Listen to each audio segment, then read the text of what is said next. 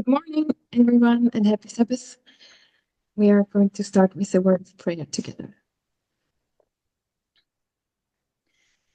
Dear God, thank you that we can assemble here together again. Thank you for the Sabbath day. We ask your blessing for this special hour that we have together, and that you are also with our friends across the world who are also celebrating the Sabbath and studying together. So we thank you for your presence during this hour. Bless us with your word. May the words I speak be guided by you. In Jesus' name we ask. Amen. Okay, so we have been looking at Ejaculate Responsibly, a book by 𝗂𝗶𝗱𝗲𝗏. It was published in 2022, I think, April 2022, 3 years ago now. And I didn't plan to review a lot because these are already recorded. So we are going to just jump in where we left off. And that was, we stopped at argument number 8, and we will continue with number 9. Let me just organize my screen.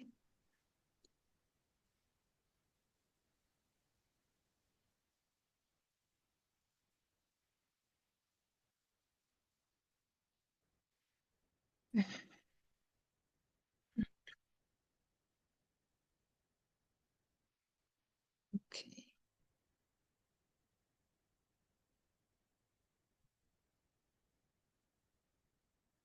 So 𝗂𝗶𝗱𝗲𝗏 is leading us through several arguments, or sometimes I would not really call them arguments. I would just say she directs our thoughts to a different perspective of looking at abortion, or a different way of thinking about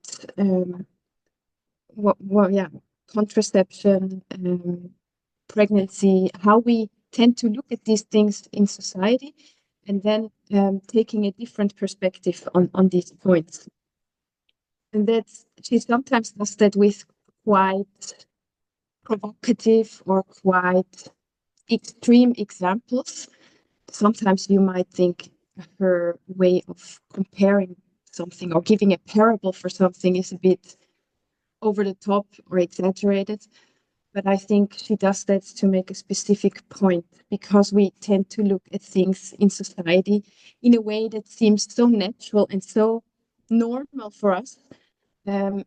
She really wants to step outside and think out of the box. I think she does that in a very, very nice way. And yes, you could argue sometimes the analogies she makes are a bit over the top, but I think it serves a specific purpose to really make us look at things differently. So I think we are also going to see that today again. Number 9, we expect women to do the work of pregnancy prevention.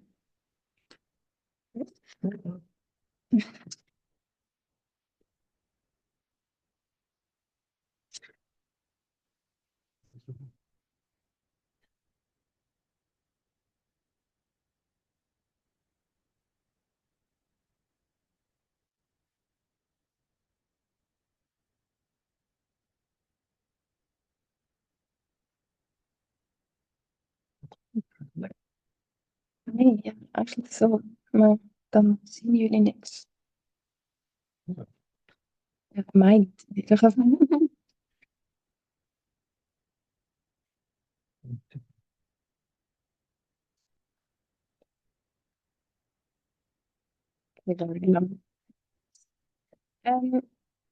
So numbers show that 90% of all contraceptive products on the market are created for women, and they're also purchased by women and used by women. And one of the things that are created for men, the condoms, of all condoms purchased, women purchase 30%. So they don't only purchase and use all the pregnancy and the contraception for them that is created for them, but also 30% of all the condoms. So that shows that women take a lot of the responsibility for pregnancy prevention. So yeah, the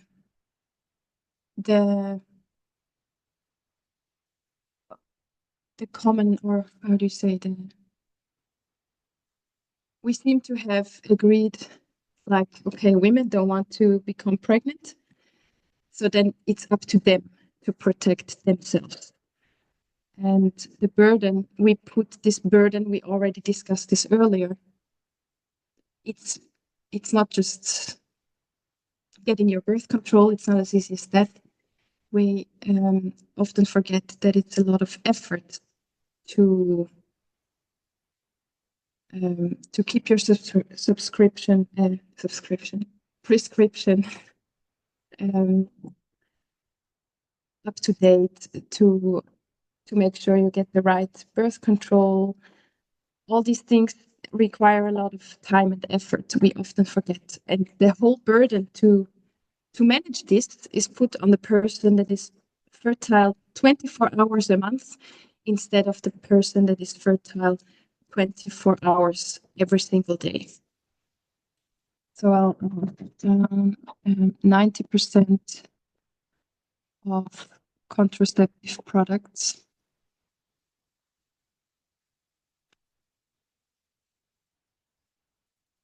are on the market are for women, purchased and used by women. We don't notice the time, effort, and cost women put into that birth control, as we said.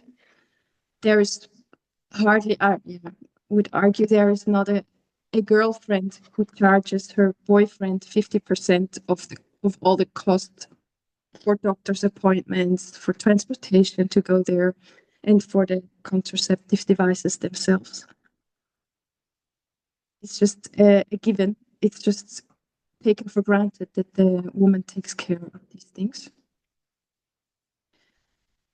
Or at least that's not the standard. I assume there are couples who are more aware and who might share the cost, but it's not the average, I would argue.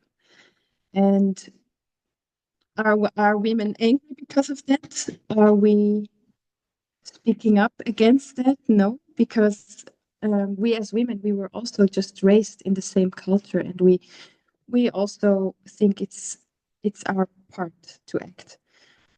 And in this culture that we were raised, the pleasure of men and the convenience of men is the highest goal. Like it's paramount. And we learn this and teach this to others just as much as men do. So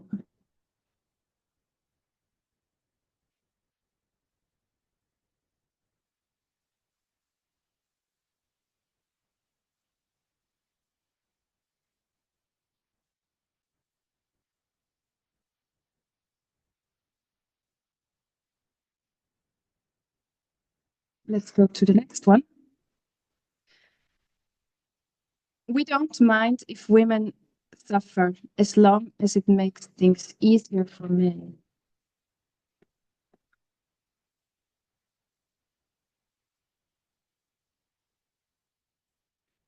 Let me make it a little shorter.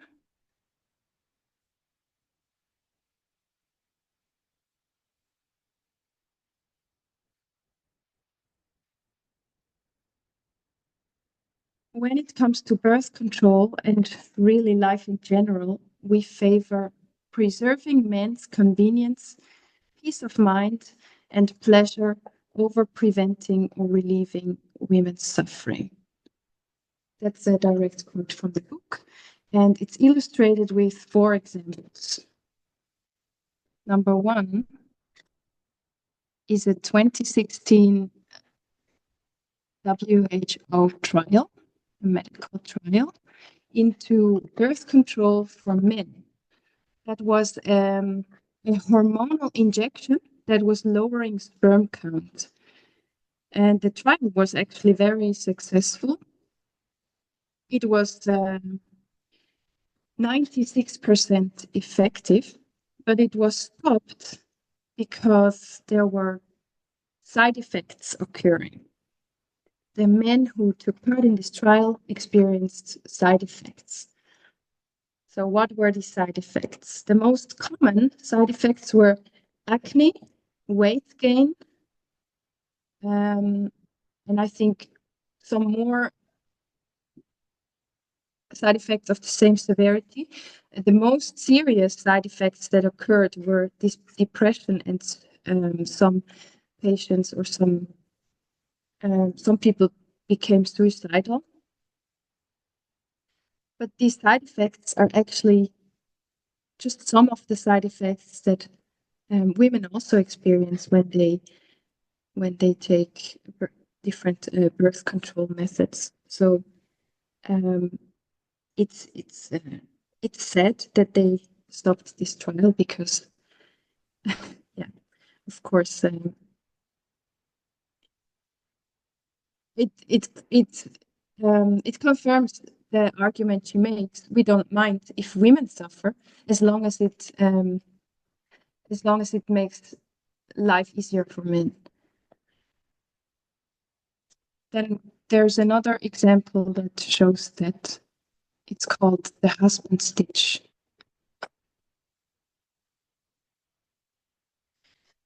You may have heard of it. It's a practice that has been done a lot in the past.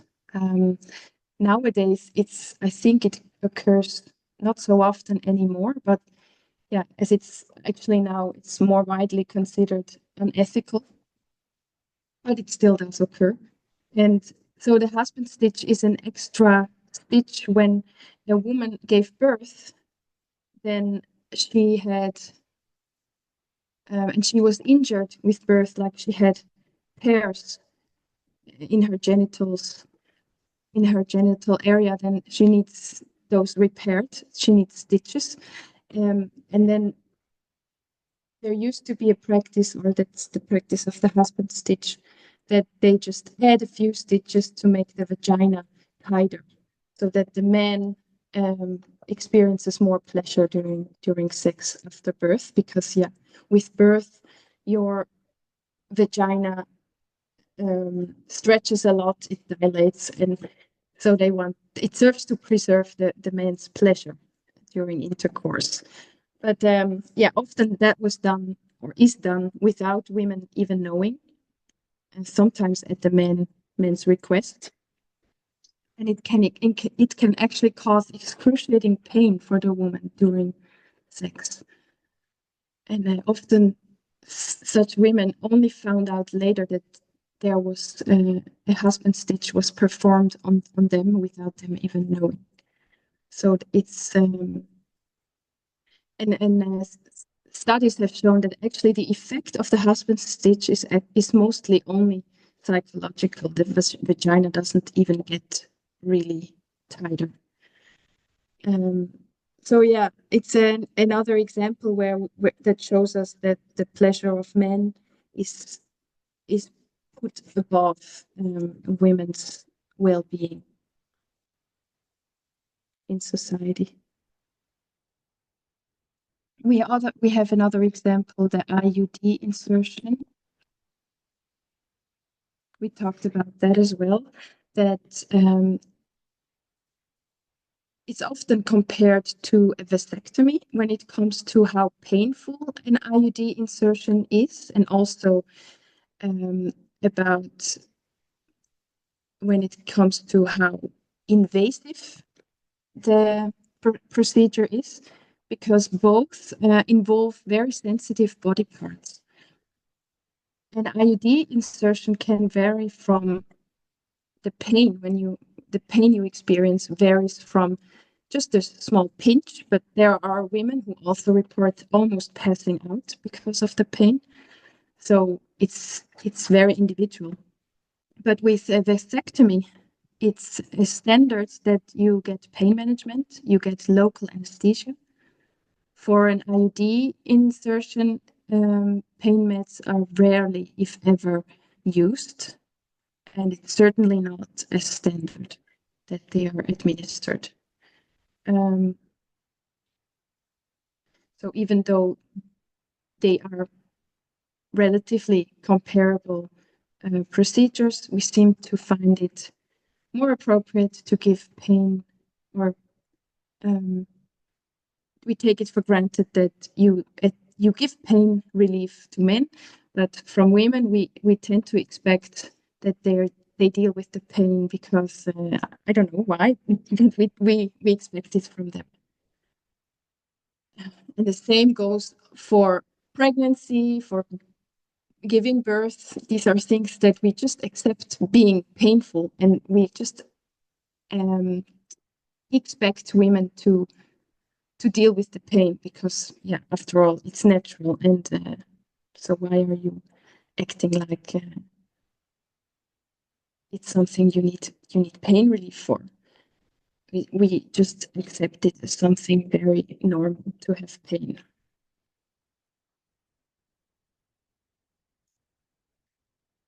And the fourth example we want to look at is Viagra. It is also called, its generic name is 𝘂𝗶𝗱𝗲𝗵𝗔 citrate. It was researched in the 1990s under the name sildenafil citrate, if you want to look it up. It was then researched as a drug to prevent or solve heart conditions. And while they did their trials, they discovered that it also shows promising results to fix erectile dysfunction.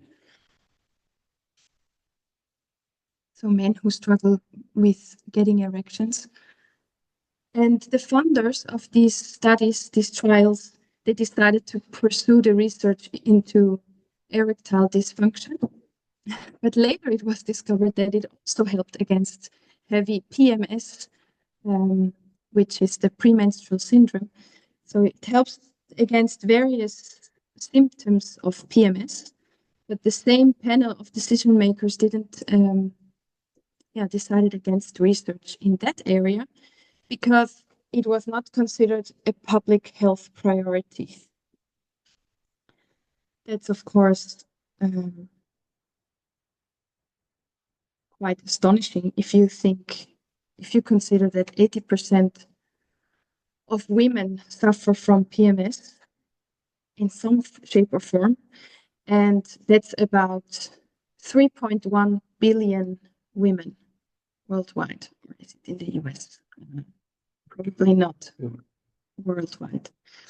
And if you compare that, so if we say there are 3.1 billion women versus 64 million men in the US who have actually got a Viagra prescription, men with Viagra. No, I don't think so. You don't have a billion people in you. No, then it's worldwide, and 64 million is also worldwide. It's VS is not USA, it's versus what I wrote down. I thought maybe you think it's United States.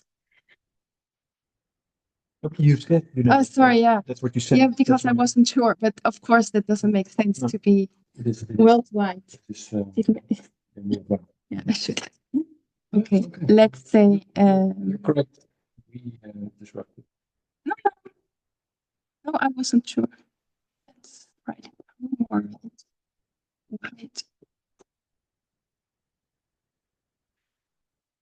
Okay, so 4 examples that show us we don't mind women suffering as long as the man's pleasure is served.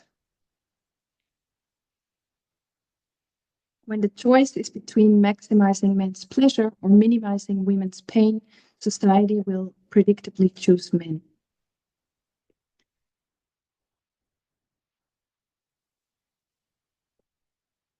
Number 11.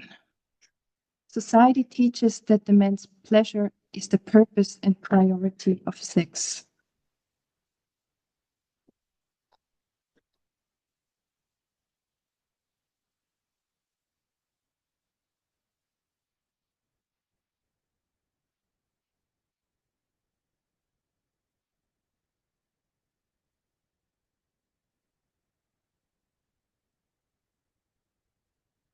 Okay, so this is talking, I want to give a disclaimer, this is talking about the United States, because, typical sex ed classes cover the internal reproductive organs of women, but rarely mention the clitoris, for example, how it works and how it is connected to the female orgasm. So I'm saying this because I actually don't know much about sex education classes in the Netherlands, but I think from what I've read and heard, it's a lot more developed than in the US. It's much stronger because you read a lot about the Netherlands that we have one of the lowest teenage pregnancy rates, and that is because we actually have good sex education. It adds a lot to reduce the numbers. Yeah, I guess maybe it's better, but it's still, and maybe it has improved in the last 5 to 10 years. Yeah. But it wasn't. I mean, I don't remember my time. At least it's something that is supported by the state, which is promoted. And that doesn't seem to be the case in the US. Which is about to change. Which is about to change. Okay, but yeah. So we saw in a typical sex education class, and maybe that's also true for the Netherlands, there is usually more focus on the penis than the female reproductive organs, than like the clitoris that is connected to the female pleasure and female orgasms. And because it's rarely mentioned, nobody knows anything about it. It's kind of this secret, not at all well-known body part that you don't actually know what it's there for. And that's not at all true for the pleasure-related penis. Erection and ejaculation, they are like almost basic mechanics of what happens during sex. And sex is all about, the education is about how children are. Yeah, it's not. Maybe also the reason that the perspective of sex education classes that they take. How does a child, how is a child produced? Yeah, that's the sex education. And then the clitoris is not important. Not important. Yeah. Not part of that story. That's true. And so because we focus, because the focus is so much on the penis, it's taken for granted that men will experience pleasure during sex, but and women, we don't really know. Who knows if they maybe they will experience pleasure, maybe not. It's not something that is widely addressed or not in detail. Whereas you would think sex education would also be the right place to talk about these things.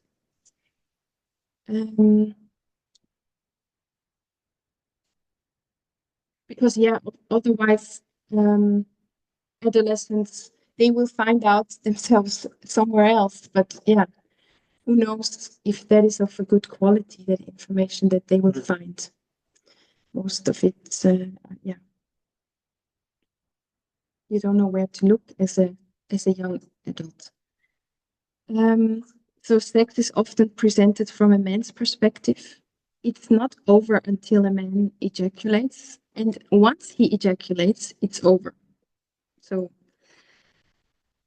yeah, very much from the men's perspective.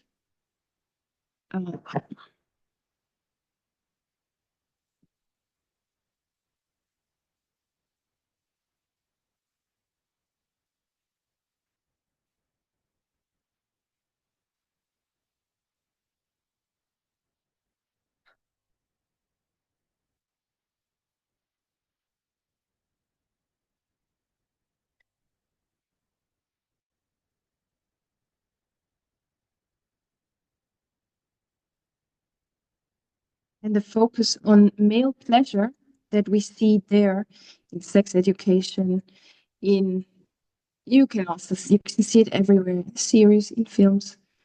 That focus on male pleasure might feed into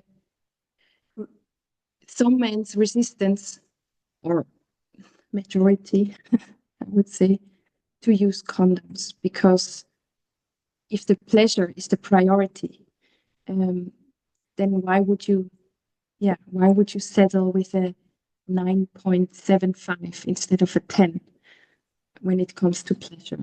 But the question that needs to be asked is it worth the risk when the difference is between a 9.75 of like pleasure instead of a 10?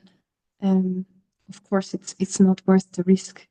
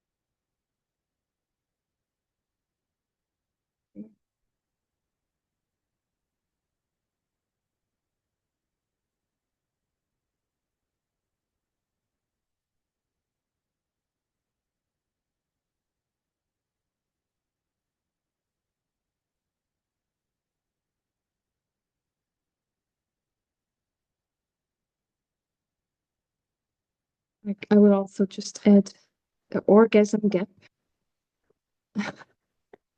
I think maybe some of you have heard of it. The orgasm gap is the fact that this myth that men, or it's not a myth. It is based on numbers, of course, that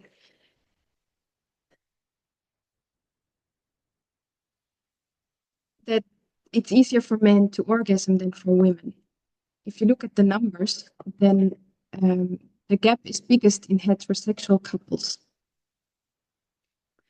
So the problem isn't necessarily women's ability to orgasm, but it's our cultural approach toward heterosexual sex and our ingrained focus on men's pleasure over everything else. That's another confirmation for that our society teaches men's pleasure is the purpose and the priority of sex. Once the man ejaculates, it's over, and it's not over till a man ejaculates. I don't understand those two. You always repeat those two. Is it different? It's not over. It's not. Sex act is not over until the man ejaculates. And then you say it. But once he ejaculated, it's over, even though the woman didn't have an orgasm yet.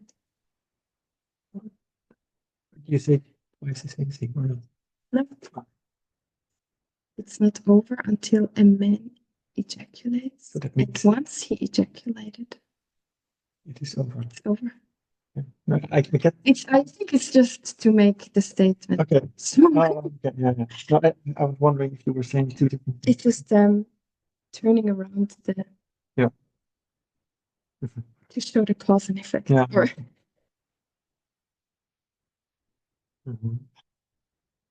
So that shows what the thinking of our society, how we think about men's pleasure, the priority of sex, how that influences also how women experience sex, that they experience less orgasms because, yeah, it's considered less important, or and of course it's always individual. But we're talking about the broad trend. I will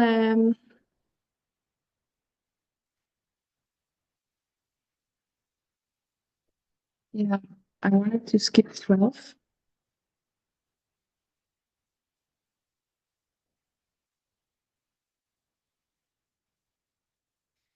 Number 12 says women can be impregnated without experiencing pleasure.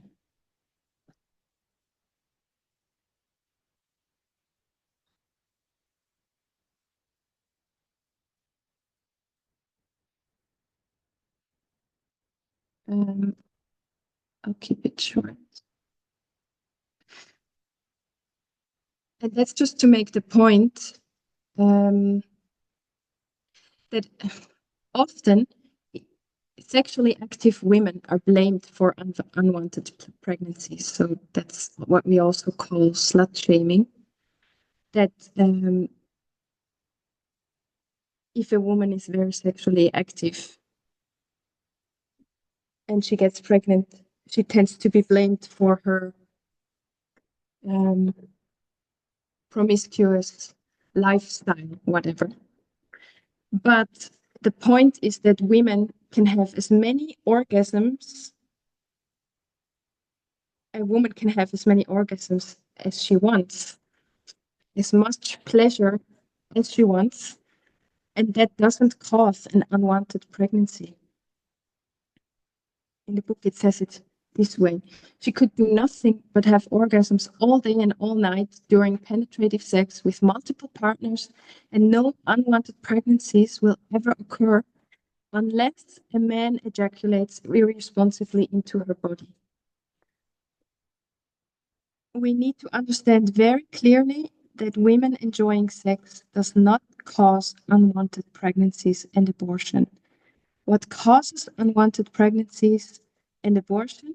Men enjoying sex and having irresponsible ejaculations. Very blunt and Yeah. clear. It's not connected to a woman being promiscuous or sexually active. And that leads us to number 13, because number 13 is men cause all unwanted pregnancies.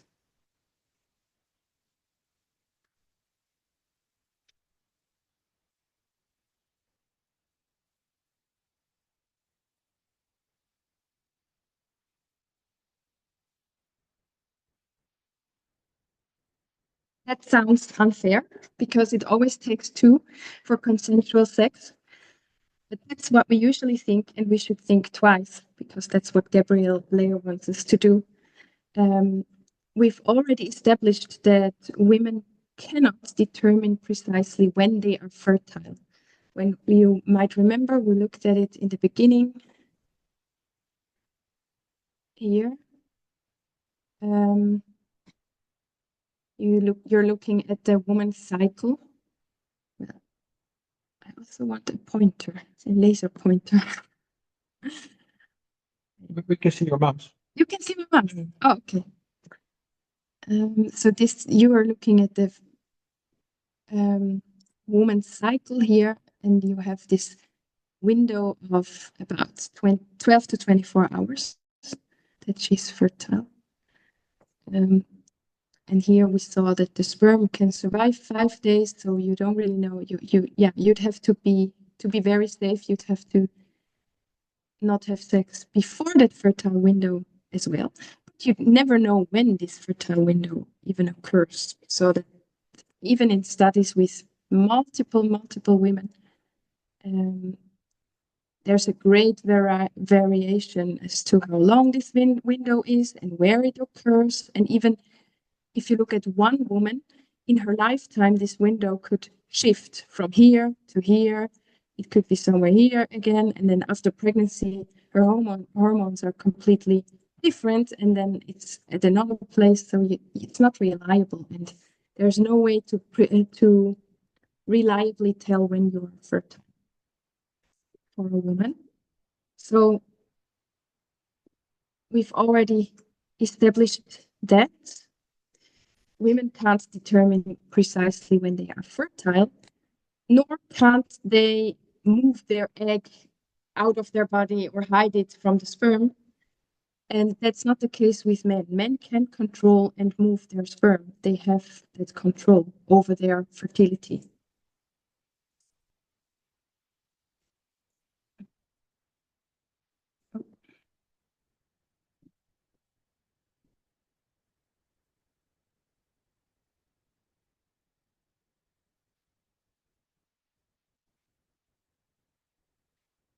A man and a woman could have sex.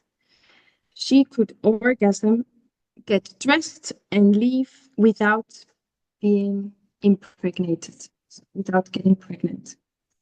If you look at the woman and her experience of sex, she could have sex, could have an orgasm, get dressed, and leave, and she would not run a risk of getting pregnant, even though they did not use a condom. If you not penetration. Yeah. Why did I write that down? I don't actually know why.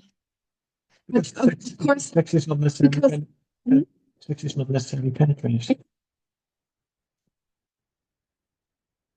But it's to show that her egg was present and she had an orgasm, but that doesn't do anything. Yeah. That doesn't do anything in itself.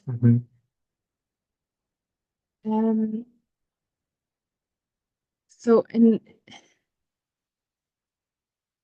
because even if the woman tells the man, you don't have to wear a condom, it's fine. Or actually, I don't even like them. Many women also say that to please a man, to make him happy, because she knows deep down men don't like condoms. So if you say no to the condom, that's like a booster for the man even more.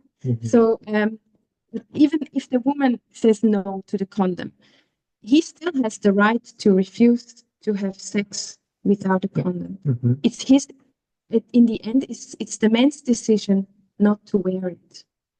If he chooses to have sex without a condom, then he's choosing to risk causing an unwanted pregnancy.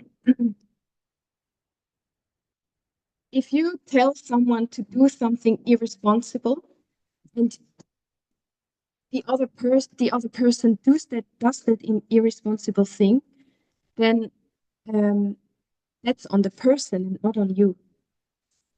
And here is where the book brings another, I think, a good analogy. If you might say it's over the top, but let's think about two buddies or two friends. They decide to make a funny video for TikTok. You know, these TikTok challenges where you're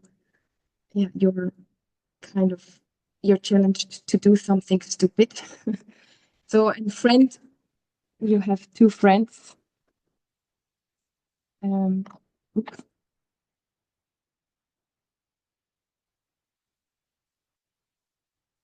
1 and friend 2. And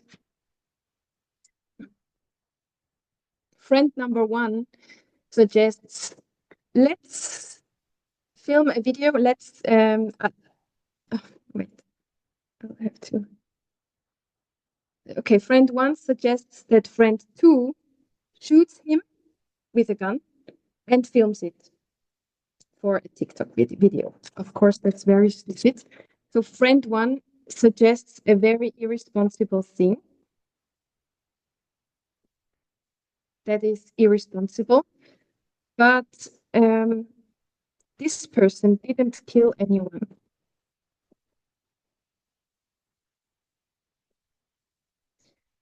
Friend 2 thinks, oh, that's a good idea, or yeah, sure that will make a good video. And this person also does a very irresponsible thing. and killed someone and is convicted of murder. It will be convicted of murder.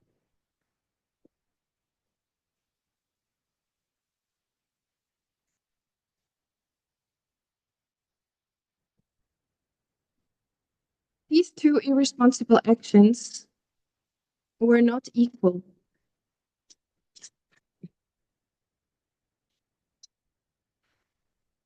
Some actions are stupid and some are lethal.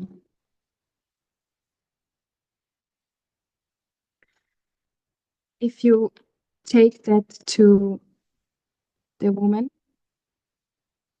and the man, if the woman suggests to have sex, that's irresponsible. I said disconnected. Can you still hear us? Yes. Okay. This was disconnected, I think it said. Could that be? Shall I connect it?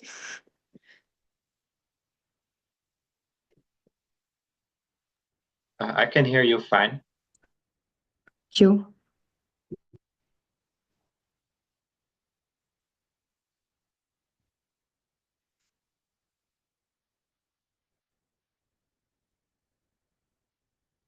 Again, the woman suggests to have sex without a condom. That's irresponsible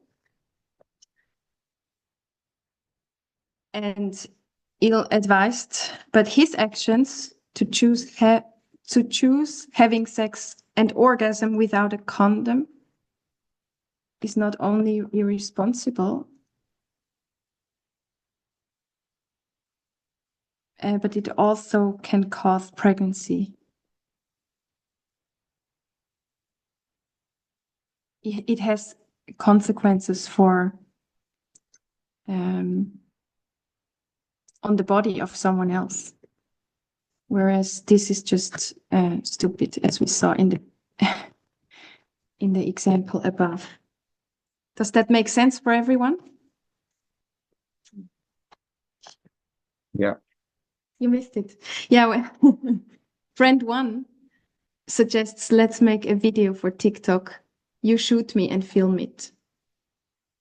So, see it on the notes? Yeah, I see the notes. That's irresponsible and stupid, friend one. Yeah. But it doesn't kill anyone. But if friend two chooses to do it and think, oh yeah, it's a good idea, it's also irresponsible, but that person killed someone and can be convicted for murder. One choice is stupid of friend one, the other choice is lethal of friend two, and that's compared to the woman and the man. The woman suggests to have sex without a condom. That's stupid. But for the man to then decide and actually act on that can cause a pregnancy, whereas the other thing cannot. The two irresponsible things are not equal. Ultimately, it's men who produce sperm that can fertilize an egg and cause a pregnancy. Men can easily prevent unwanted pregnancies that lead to abortion by choosing to ejaculate responsibly. And that brings us back to the argument being men cause all unwanted pregnancies because it's ultimately their choice what they do with their sperm. It's the time.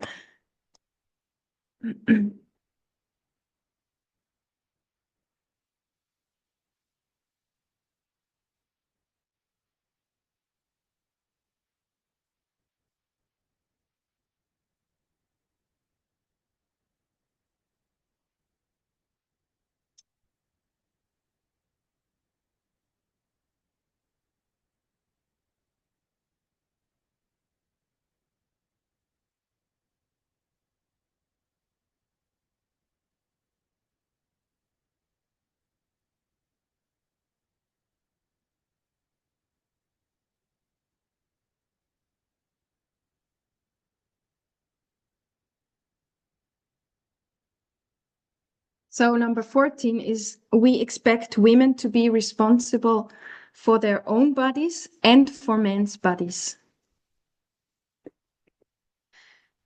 Let's go back to the example of a woman or of using condoms. Because often you hear people say, all women need to do is just ask the man to wear a condom. But if you say that, all women need to do, okay, the women are the person who need to do something. But why would a woman ever have to ask, ever even need to ask a man to wear a condom? Why is it on her to request that, to insist on that? Why wouldn't it be the default for men that they should provide their own condom and put it on without a request? Who benefits if the man doesn't wear a condom? If, basically, if the woman has to insist that the man use a condom, then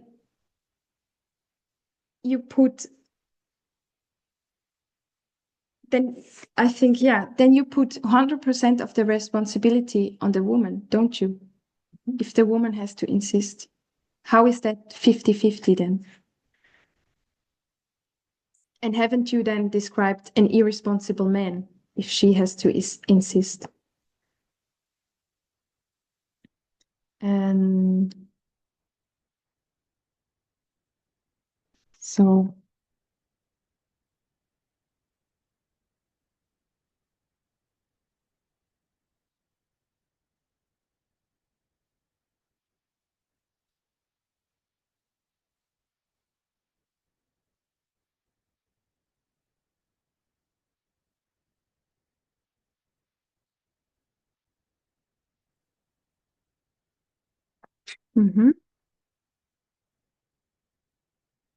if your bodily fluids have the potential to harm your partner, it's your responsibility to ensure they don't.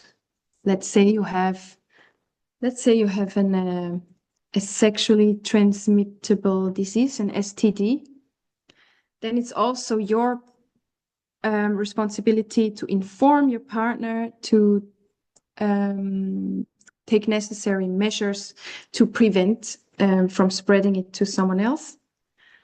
And actually, it should be normal that you take responsibility for your bodily fluids, not to harm someone else, which is harm, or in many cases, pregnancy is harm. Prosecute for Hmm? if you know you have this ST. An STD, if you pass it on. If you pass it on, Without. you can be prosecuted for it. Okay. Or you have sperm as well. That can harm someone as well. It's not only with diseases, right? Yeah. Because that's the point. It's not only with diseases. If you have body fluids that can harm your partner, which is all men. Okay, yeah. It's the logic she uses. You cannot be prosecuted for that. And you're not prosecuted for impregnating someone. No. There's not, our legal system doesn't foresee any consequences for men if they mess up. And I think that she mentions that later in the book as well. So as parents, it would be nice if we would already raise our sons in a culture that teaches them that their sperm is dangerous, or maybe that's that sounds exaggerated, but there should be this awareness from a young age, I think, that how carefully sperm needs to be handled.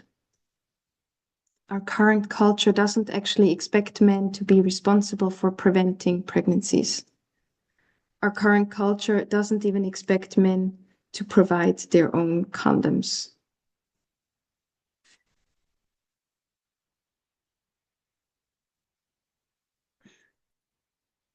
because we already saw women take care often of the condoms. They purchase 30% of all condoms. That means they also make sure that they have them stored in their nightstand, because they cannot trust their partner to have them. There's not it's not taken for granted that the man takes care of this on his own. And to me, I had to think of something else.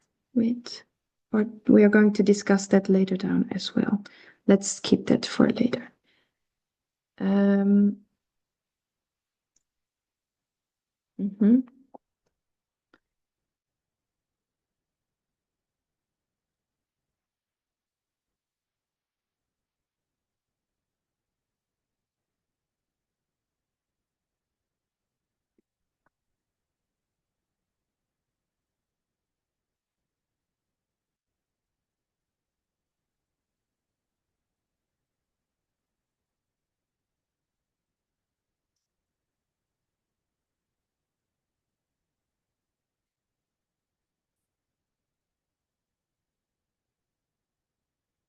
"15 is short."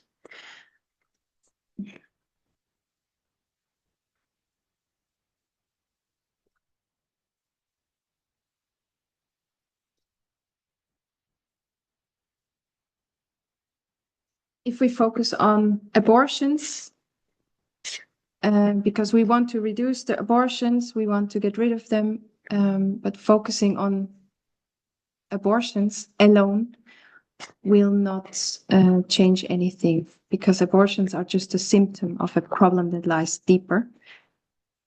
And neither won't focusing on women. It won't solve the problem. If we need to focus on men and stopping irresponsible ejaculations. Everything else, reducing unwanted pregnancies and reducing abortions, follows from this critical focus.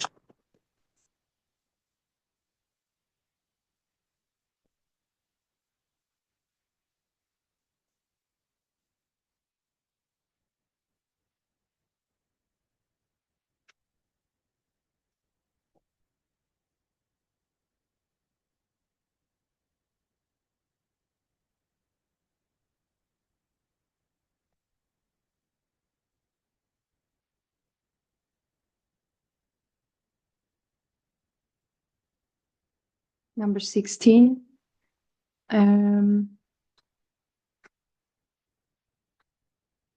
Holding men accountable for their actions does not make women victims.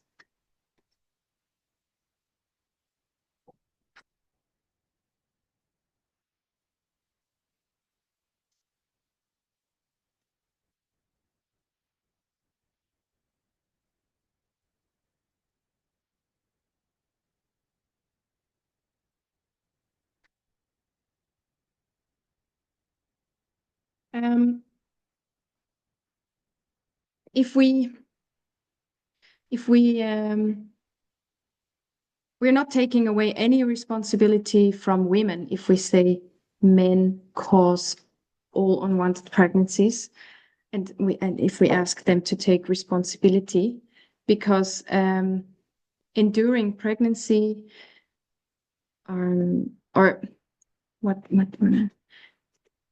So some people argue, if you give men all the blame, if you put accountability on them alone, it makes it very one-sided, and it makes women look like victims, as if they don't play a part at all. But if women have to endure a pregnancy, or they have to decide if they want to have an abortion, or they have to suffer a miscarriage, in any case, the woman always has to deal with the consequences of an unwanted pregnancy. Whereas men often just get off the hook. They might not even know that there was a pregnancy. So it's a bit too easy to say, if we hold men accountable for pregnancy, birth control, that's too much, that's asking too much or something, and that women just become victims. A woman is 100% responsible for her own bodily fluids, and for her own body, and the man is 100% responsible for his own bodily fluids. So pointing out that men have bodily fluids that can cause pregnancy, and therefore men need to take responsibility for those bodily fluids, that doesn't remove accountability from women, nor does it make women victims. It doesn't actually say anything about women at all.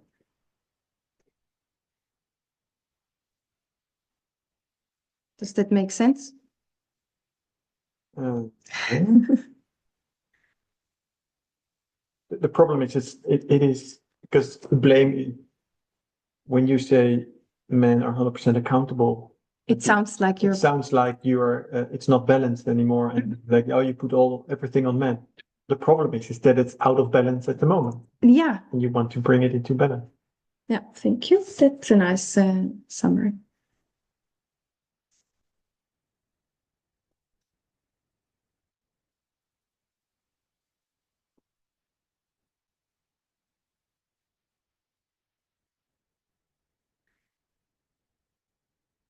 Then we get to number 17, and that's dealing with the uneven power dynamic between men and women.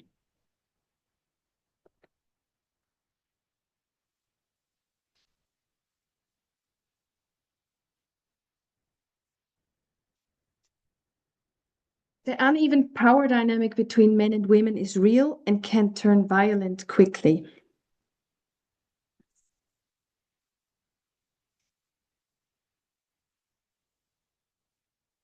So there's a massive cultural pressure for women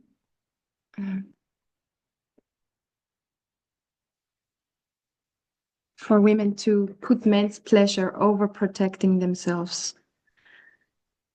If we take the other example again, just insist on a condom. Women, you should just insist for the men to wear a condom. It's actually ridiculous to say that if you think of the uneven power dynamics, because it's actually entirely ignoring these underlying power dynamics. Because even men fear other men. They fear criticism, they fear confrontation. Why wouldn't women fear men? Men have about twice the physical strength of women, generally speaking. And it's not a secret that many men become violent when they are rejected.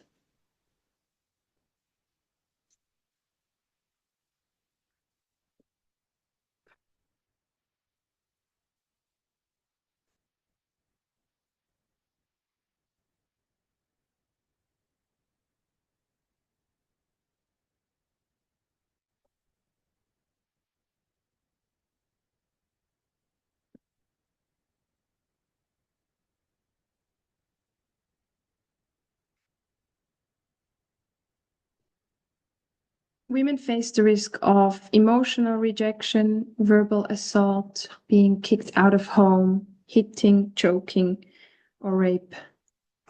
Statistics show that 1 in 4 women will be sexually assaulted in her life.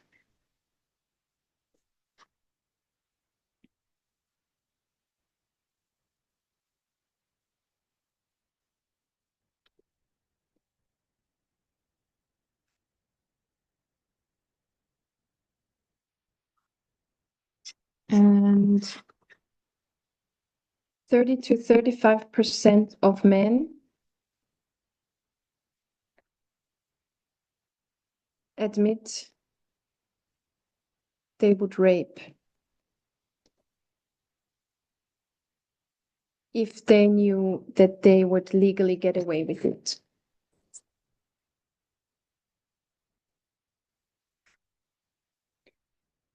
%51% of 22,000 women in a survey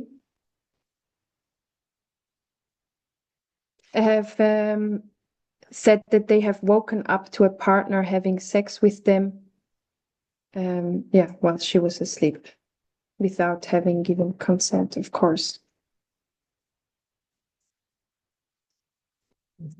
51% of 22,000 women surveyed.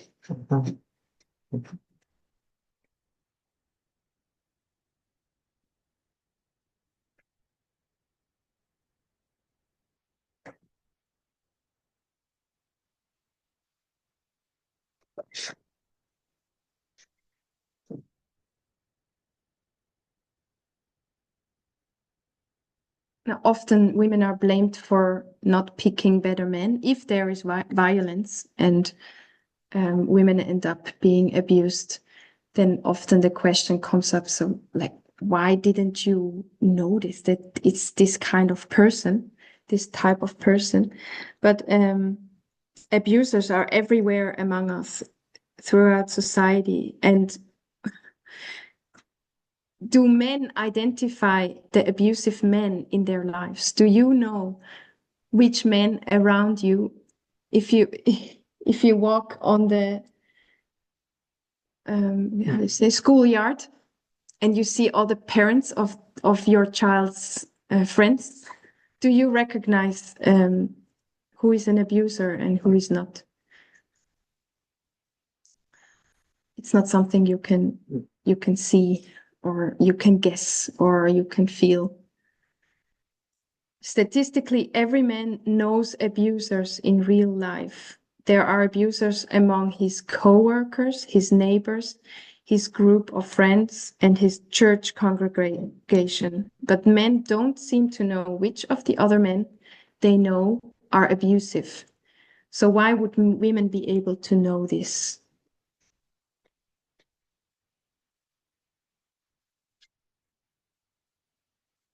And we shouldn't ask, why don't women pick better men? We should ask, why are there so many abusive men? Why don't we teach men not to abuse? We see a lot of a big offer of self-defense classes for girls and women, and that's a good thing. But if you think about it, why do they need to defend themselves? Against whom do they need to defend themselves? And why aren't there classes who teach young men human decency? Why aren't there classes to teach them not to use violence, not to oppress others, not to mistreat women? And why do women need to defend themselves? And yeah, wouldn't it make more sense that we go to the root of the problem and that men from a young age are taught decent behavior?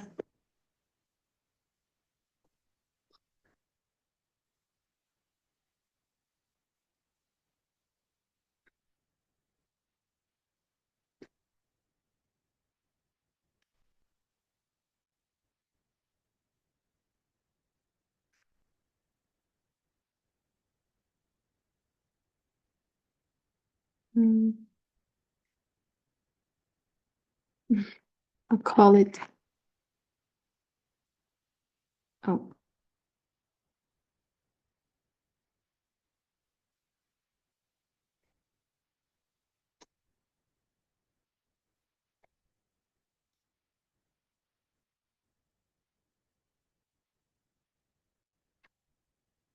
I know I think it's an hour now. Yeah. I think I might do one or two and then we can finish.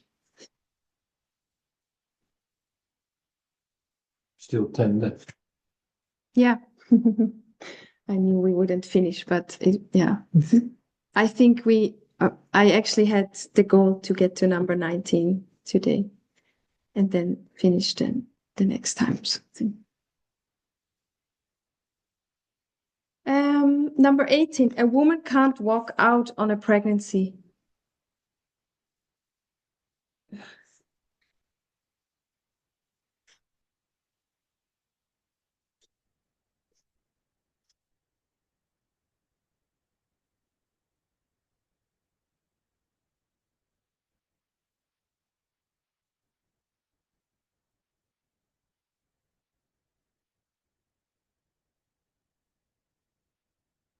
And I would say it's connected to number 13 and number 16. 13 saying men cause 100% of pregnancies and women carry 100% of the pregnancy. They deal with the consequences 100%, no matter what she chooses to do, no matter if she has the baby, if she chooses an abortion, if she has a miscarriage, she has to deal with the consequences. They can't walk out, no matter what. She has to make a decision, first of all, and she carries 100% of the physical and psychological consequences. So there's not only the physical, but also psychological burden.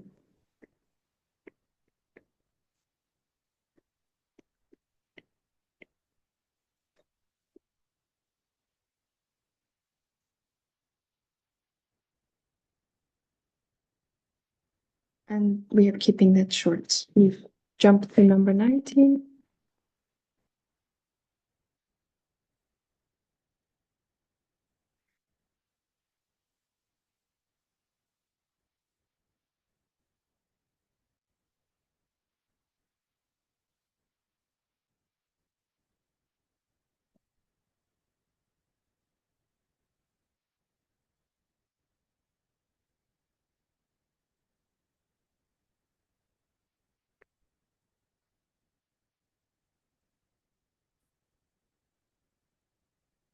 Pregnancy and childbirth are dangerous. So the argument actually goes, we're not honest about pregnancy and childbirth. Our culture actually consistently downplays what women experience during pregnancy and childbirth. Women are just expected to cheerfully accept any issues as part of motherhood. Yeah, whether they are physical, psychological. Yeah, if we're talking about backaches, headaches, pinched nerves, stretched skin, swollen breasts, changed skeletal structure, pelvic organ prolapse, feet grow a full size, bone loss, hair loss, broken coccyx. I think that's this last part of your, yeah, you can break it with a pregnancy or with birth. Exactly. Yeah. Kidney stones, nausea, vomiting, cracked ribs, massive blood loss, hemorrhoids, genital tear, chronic high blood pressure, urine leaks, new allergies, depression, uterine infections, gallbladder removal, rheumatoid arthritis, and infertility. These are just some of the physical issues you can face. And some of these even become cultural jokes. If you think about how my wife cannot jump on the trampoline anymore because otherwise she pees her pants. It's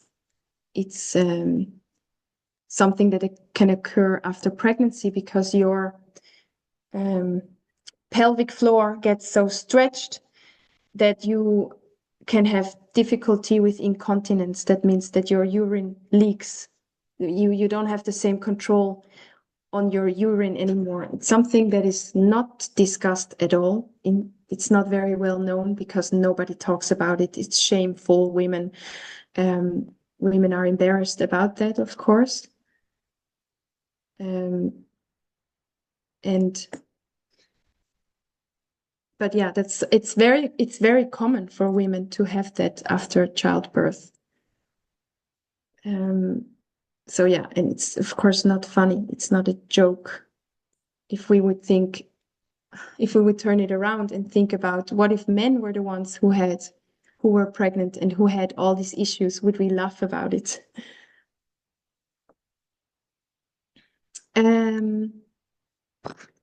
So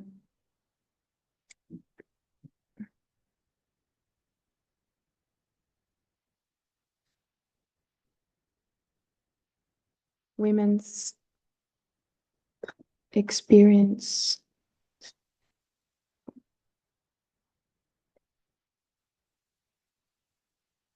It's downplayed.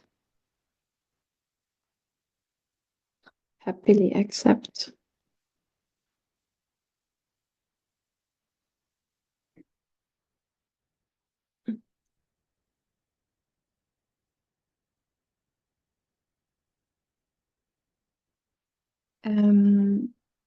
Birth, we know that giving birth is super painful. And yes, there is pain relief, there is pain medication, but it's not given as a standard. It's more, the standard is more that women try it without, and if there's no way, then we can do something about it.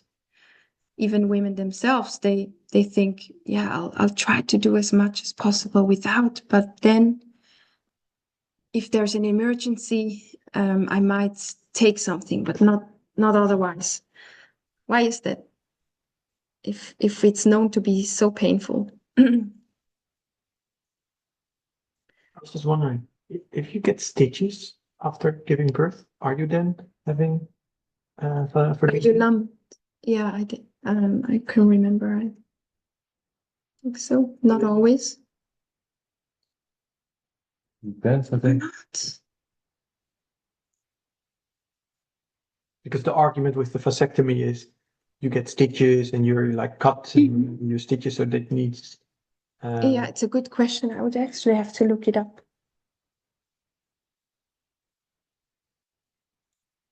I think in most cases not. Cool. I think, oh, you already had so much pain, so you can do with the stitches. If that's okay. I wouldn't dare saying something about it now because I don't remember even myself if I wasn't sure if I had Hoe it. noem je dat? Verdoving in Engels? Anesthesia.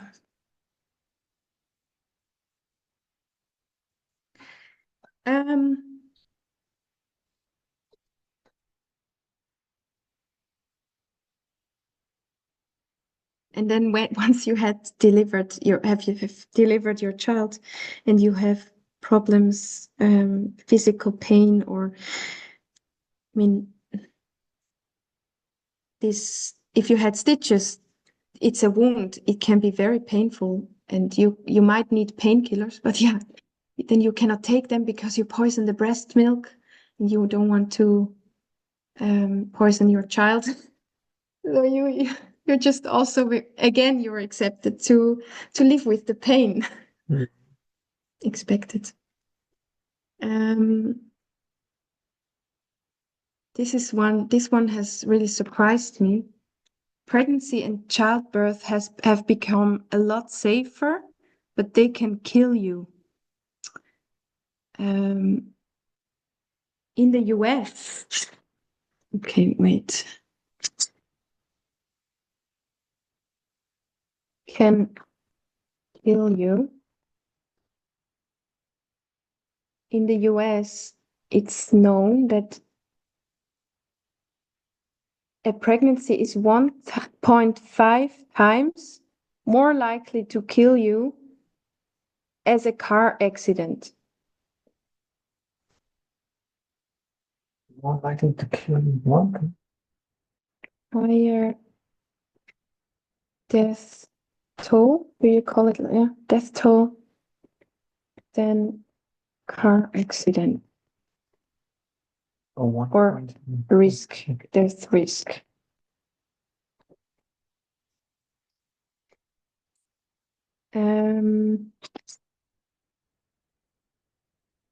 Worldwide, 800 people will die of pregnancy-related issues, pregnancy and birth-related issues. Die every day because of pregnancy and birth-related issues. Die every day. Every day, worldwide. Eh? Yeah. Every day. And in the US,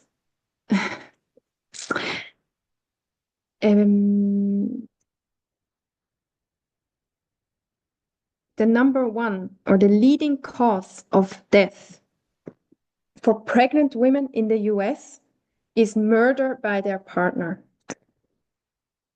You would, Murdered by next to all the medical issues that are all already deadly, the number one cause, actually the leading cause, is that you are killed by your own partner in the US. And I couldn't believe it. I verified it.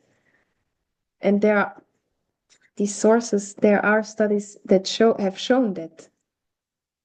the And number I've one also researched, I said, okay, and how is that in the Netherlands? But here it's different. But in the US, that's really the leading cause for pregnant people to die. at the hands of their partner.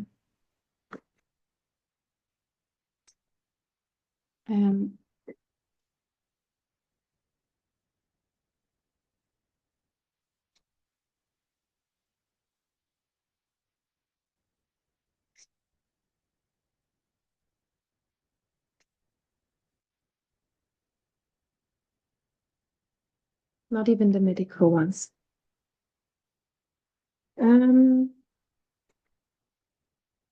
The mortality rate for pregnant women in the US is 17.4 in 100,000.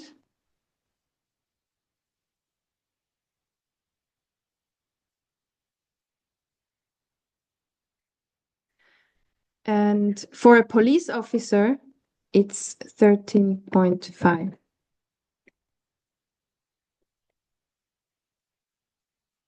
So the 17.4 is including Is pregnant being women. killed by your husband, by your Yeah, partner. that's all. All causes of death.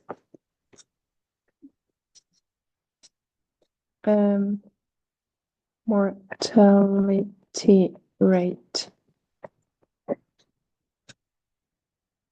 for pregnant women. In the Netherlands, it's 4 in 100,000. In Denmark, it's 7 in 100,000. That die due to what? That die pregnant because of pregnancy and birth-related issues. And in the Netherlands and Denmark, it's mostly medical issues. Homicide is not a cause. At least it's not known or not comparable. I don't know. So that means the mortality rate of pregnant women in the US is almost 4 times higher, or more than 4 times higher compared to the Netherlands. And the reason for that difference, or for the homicide that you have in the US and not here so much, could be the liberal gun culture or a lacking support system, like the social support system that is not good in the US. Yeah. What about the Sorry? police? What about the police officer statistic? I didn't understand that. Oh, that's just comparing the mortality rate. If you're a police officer, you have considered, like your job is considered dangerous. You have a high risk of dying on your job. And the mortality rate for police officers is 13.5 in 100,000 people. But if you're pregnant, nobody would think, oh, being pregnant is really super dangerous. Should I get pregnant or not? It's just something considered so common. But if you compare it to one of the most dangerous jobs, the mortality rate of a pregnant woman is actually higher. Yeah, I see. Wow. That's worldwide for women? No, that's the mortality rate in the US. Yeah, okay.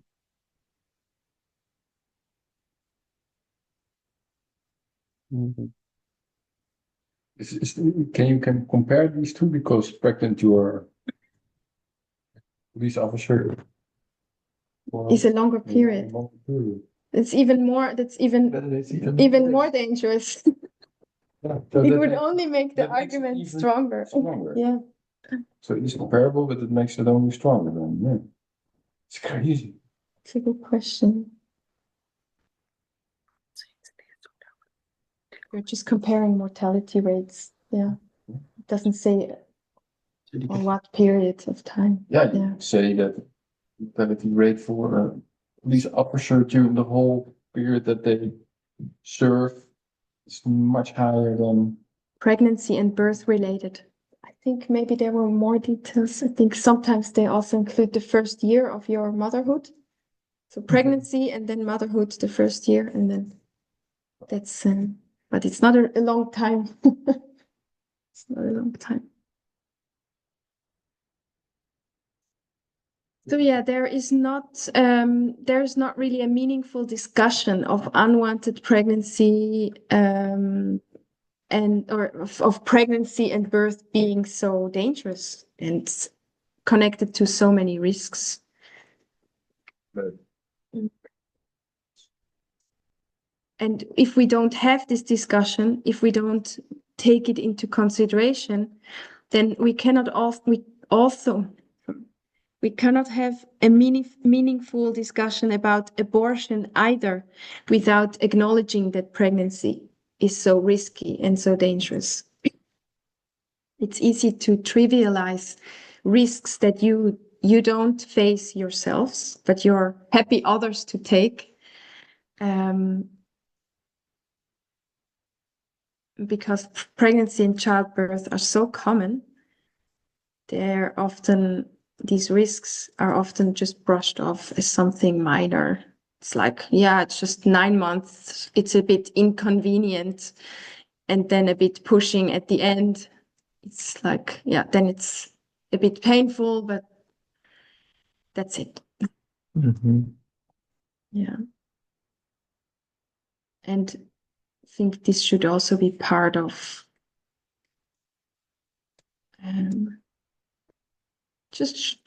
become more part of the culture, that it's actually acknowledged how risky, how dangerous it is. Just to raise the awareness, maybe also the willingness to be more responsible to prevent these things among men. Knowing what it entails will inform your decisions. Okay. I think we'll leave it here for today, and just speak up if you have any thoughts or comments or questions.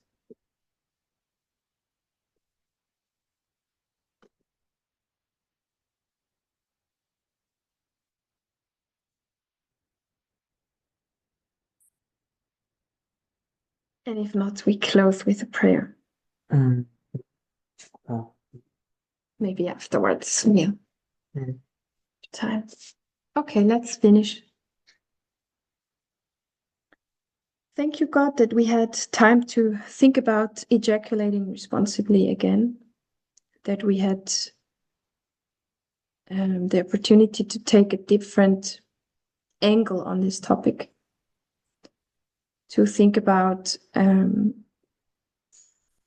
culturally normal ideas that we think that we take for granted and we consider as normal. Help us to continue looking at things from other perspectives than the ones that we are familiar with. Not only when it comes to abortion, when it comes to pregnancy or childbirth, but also other issues connected to equality, connected with our message.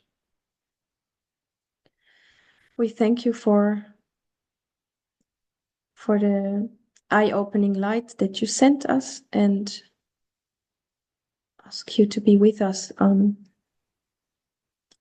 the way ahead of us. Thank you for being with our friends all over the world, celebrating Sabbath. Thank you for the blessing of this day, of lifting the curse for one day. Amen.